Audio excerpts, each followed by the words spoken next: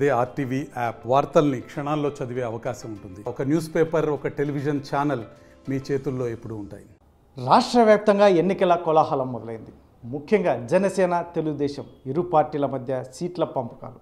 ఎటు చూసినా ఇదే చర్చ. జిల్లాలో జనసేనకి ఎన్ని సీట్లు రాబోతున్నాయి, ముఖ్యంగా తెలుగుదేశానికి ఎన్ని సీట్లు తీసుకోబోతుంది. ఇటువంటి పరిస్థితుల్లోనే ముఖ్యంగా అనంతపురం జిల్లాలో 2 సీట్లు జనసేనకు వస్తాయని చెప్పేసి జనసేన సైనికులు చెప్తున్నటువంటి నేపథ్యం. ఇటువంటి పరిస్థితుల్లో మళ్ళీ తెలుగుదేశం, జనసేన ఈక్వేషన్స్ ఎలా ఉండబోతున్నాయి. ముఖ్యంగా ఈ అనంతపురం జిల్లా, ఈ ఉమ్మడి అనంతపురం జిల్లాలోని పుట్టపర్తి నుంచి పత్తి చంద్రశేఖర్ కూడా జనసేన పార్టీ నుంచి ఖచ్చితంగా నాకు కూడా సీటు వస్తుంది, జనసేన అని నాకు ఖచ్చితంగా అవకాశం కల్పిస్తారని ఒక ధీమాతో ఉన్నటువంటి పరిస్థితి.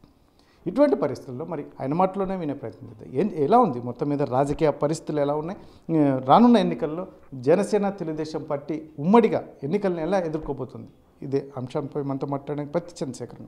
సరే, ఏంటి ప్రస్తుత జిల్లాలో రాజకీయాలు ఎలా ఉన్నాయి? జిల్లాలో రాజకీయాలు చాలా హాట్గా ఉన్నాయండి.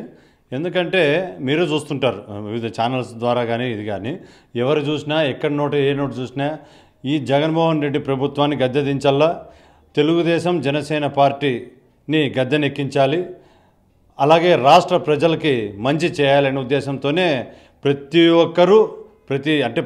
ఒక్క వర్గం కూడా ఈ విధంగా పోతుందని మేము జనసేన పార్టీ ప్రధాన కార్యదర్శిగా మేము ఆశిస్తున్నాం. ఓకే అండి, ఇప్పుడు గతం నుంచి కూడా మీ కుటుంబం రాజకీయ నేపథ్యం ఉన్నటువంటి పరిస్థితి, ముఖ్యంగా జనసేన కావచ్చు, ముఖ్యంగా అంతకుముందు ప్రజారాజ్యం లేదంటే తెలుగుదేశం, ఇటువంటి పరిస్థితుల్లో మీరు పుట్టపర్తి నియోజకవర్గం నుంచి అభ్యర్థిగా సీటు కేటాయిస్తారు జనసేనని అని చెప్పేసి ఒకవైపు ఆశ వ్యక్తం చేస్తున్నటువంటి నేపథ్యం ఎలా ఉండబోతోంది, ఈ ఈక్వేషన్స్ ఎలా ఉంటాయి? మీరు చూసారండి, ఎందుకంటే అందరికీ తెలిసిన విషయమే. గత 20 సంవత్సరాలుగా మేము అక్కడ ఫస్ట్ తెలుగుదేశంలో ఉన్నాం. మా నాన్నగారు ఉన్నారు, రాష్ట్ర కార్యదర్శిగా కూడా చేశారు. తర్వాత మేము కొన్ని పరిస్థితుల ప్రభావం వల్ల ప్రజారాజ్యంలో రావడం జరిగినది. ప్రజారాజ్యంలో కూడా రాష్ట్ర ప్రధాన కార్యదర్శిగా చేశారు మా తండ్రి గారు. అలాగే నేను కూడా రాష్ట్ర సంయుక్త కార్యదర్శిగా చేశాం. మాకు మెగా ఫ్యామిలీ ఎప్పుడూ అండదండలు ఇచ్చింది రాజకీయంగా. నిజంగా ఆ విషయంలో మేము చాలా గర్వపడతాం. చిరంజీవి గారిని చూసి కానీ, పవన్ కళ్యాణ్ గారిని చూసి కానీ, రాజకీయంగా మాకు భిక్ష పెట్టిందంటే నిజంగా అది ఫస్ట్ తెలుగుదేశం అయితే మళ్ళీ నెక్స్ట్ ప్రజారాజ్యం, ఇప్పుడు జనసేన పార్టీ. ఖచ్చితంగా ఈ జనసేన పార్టీలో మేము పుట్టపర్తి నుంచి, ఎందుకంటే గతంలో మా నాన్నగారు పోటీ చేశారు, ఇప్పుడు నేను పుట్టపర్తి ఇన్ఛార్జ్గా ఉన్నాము. అలాగే ఉమ్మడి జిల్లాలకు ప్రధాన కార్యదర్శిగా ఉన్నాం. మా సర్వశక్తులు పుట్టపర్తిలోనే పెట్టి మేము ప్రజలకి ఏ విధంగా మంచి చేయగలం, ప్రజలతో మమేకమై మా కార్యకర్తలకు అండదండగా ఉంటూ పార్టీని అన్ని మండలాల్లోనూ కార్యాలయాలు ఓపెన్ చేస్తూ పార్టీ క్యాడర్కి ఒక మంచి గుర్తింపు రావాలనే ఉద్దేశంతో జనసేనని ముందుకు తీసుకెళ్తున్నాం. ఖచ్చితంగా మా నాయకుడు మాకు టికెట్ ఇస్తాడనే ఆశిస్తున్నాం. ఓకే, మీరు గతం నుంచి విద్యాసంస్థలు నడుపుతున్నటువంటి పరిస్థితి, ఇటువంటి పరిస్థితుల్లో ప్రస్తుతం ఉన్న పరిస్థితి రాజకీయాలు, ముఖ్యంగా తొందరలో ఎలక్షన్స్ ఉన్నటువంటి నేపథ్యం ఎలా ఎదుర్కొంటారు? ముఖ్యంగా ఎందుకంటే చాలా ఖర్చుతో కూడుకున్నటువంటి పరిస్థితులు, ఇటువంటివన్నీ ఎలా ఫేస్ చేస్తారండి? మేము అన్నిటికీ సంసిద్ధమయ్యే వచ్చామండి. ఎందుకంటే రాజకీయాలు మాకు కొత్త కాదు, గత 20 ఏళ్ళ నుంచి చేస్తున్నాం. ఖచ్చితంగా మేము అన్నిటికీ సంసిద్ధమయ్యే ఉన్నాం. పవన్ కళ్యాణ్ గారు ఏదైతే డిసైడ్ చేస్తారో దానికి మేము సంసిద్ధమై ఉన్నాం. ఆ విషయం మేము పార్టీ అధిష్టానానికి కూడా తెలిపాం. ఖచ్చితంగా, ఎందుకంటే మీరు చెప్తున్నారు, ఈరోజు మీడియా ఛానల్స్ చెప్తున్నారు అనంతపురంలో 2 టికెట్లు ఇస్తున్నారని. ఒకటి అనంతపురం, ఇంకొకటి అది ధర్మవరమా, పుట్టపర్తి, గుంతకల్ల అనేది ఇంకా ఏది డిసైడ్ అవ్వలేదు. ఖచ్చితంగా ఆ లిస్టులో పుట్టపర్తి కూడా మాకు ఇస్తారని ఆశిస్తూ మేము కూడా అన్నిటికీ సంసిద్ధమై ఉన్నాం. ఏదైనా కానీ పవన్ కళ్యాణ్ గారి మాటే మాకు శిరోధారి. పవన్ కళ్యాణ్ గారు ఏ మాట అయితే చెప్తారో దానికి మేము కట్టుబడి ఉంటాం. ఎందుకంటే త్రికరణ శుద్ధిగా పార్టీ జెండా మోసే కార్యకర్తగా అయినా ఉంటాం మేము జనసేనలో.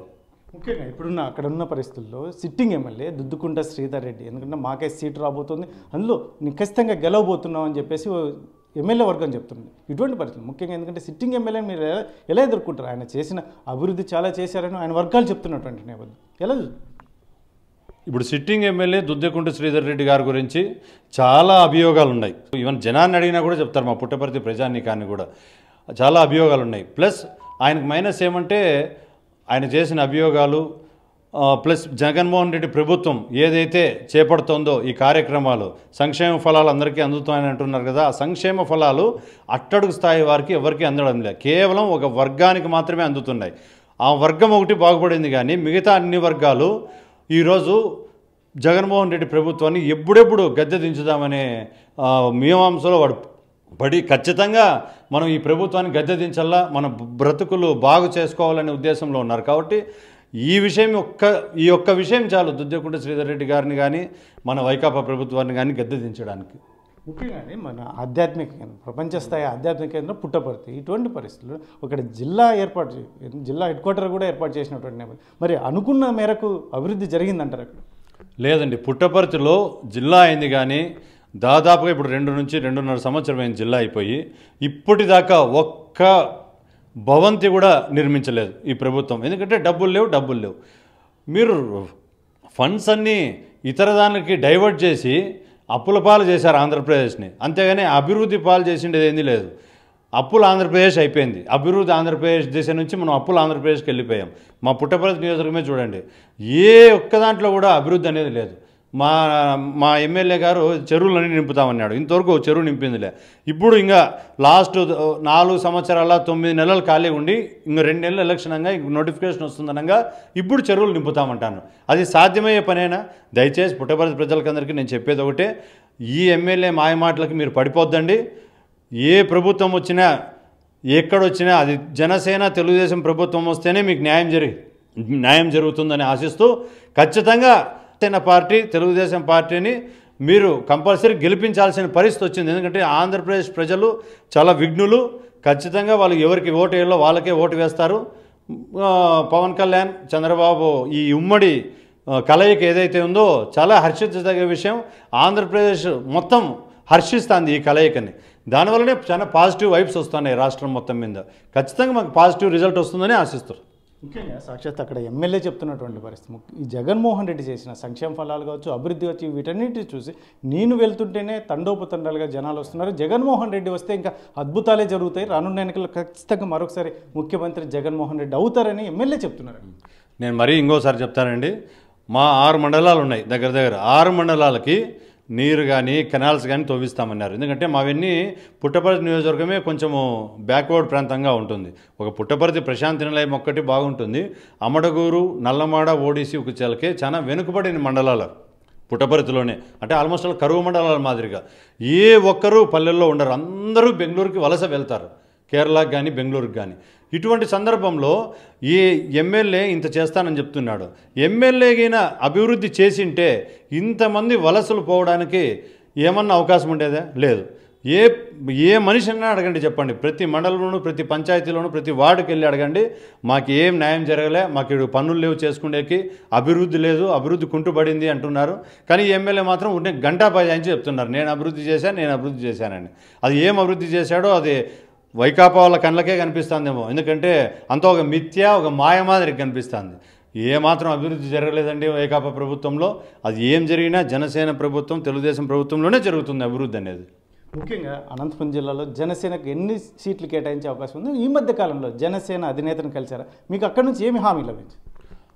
జనసేన, తెలుగుదేశం మా నాయకులు ఇద్దరు, అంటే చంద్రబాబు నాయుడు గారు, మా నాయకుడు పవన్ కళ్యాణ్ గారు కావచ్చు, మీరే చూశారు గత 2 రోజుల నుంచి చర్చలు జరిగాయి. మళ్ళీ 8వ తారీఖు కూడా ఏదో చర్చలు ఉన్నాయని చెప్పి విన్నాము.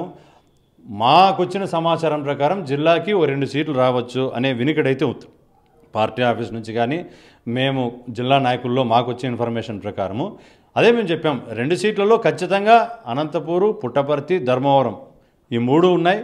ఈ 3 ఏ 2 టికెట్లు వస్తాయనేది వేచి చూడాలా. ఏం వేచి చూసినా జనసేన మాత్రం ఈసారి పక్కాగా కొట్టబోతోంది. అనంతపురంలో 2కి 2 మేము గెలవబోతున్నాం. పవన్ కళ్యాణ్ గారికి గిఫ్ట్ ఇవ్వబోతున్నాం. పవన్ కళ్యాణ్ గారు అనంతపురం మీద, జిల్లా మీద పెట్టుకునే నమ్మకాన్ని వమ్ము చేయకుండా 100% 2 సీట్లు మేము గెలవబోతున్నాం. ఇది జనసేన నాయకులు పత్తి చంద్రశేఖర్ చెప్తున్నటువంటి విషయం. ముఖ్యంగా ఏదైతే ఉందో జగన్మోహన్ రెడ్డి ప్రభుత్వం ఏదో చేశామని చెప్తున్నటువంటి, ముఖ్యంగా పుట్టపర్తి ప్రాంతంలోనే అక్కడ జిల్లా కేంద్రం అయినప్పటికీ ఇంతవరకు ఒక భవంతి కూడా నిర్మించలేదని, ఇటువంటి పరిస్థితుల్లో ప్రజలు పూర్తిగా గమనిస్తున్నారని, ఏదైతే ఉందో జగన్మోహన్ రెడ్డి సంక్షేమ ఫలాలు ఏ కొద్ది మందికి అందుతున్నాయి, మిగతా వరకు అందట్లేదు, గ్రౌండ్ లెవెల్లో చాలా ఇబ్బందికరమైన పరిస్థితులు ఉన్నటువంటి నేపథ్యం.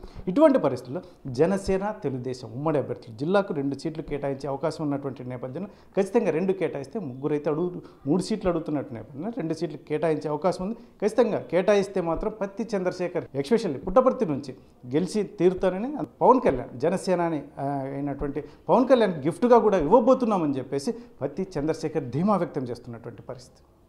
కెమెరా పర్సన్ సుధాకర్తో చల్లాకి నాయుడు, RTV అనంతపురం.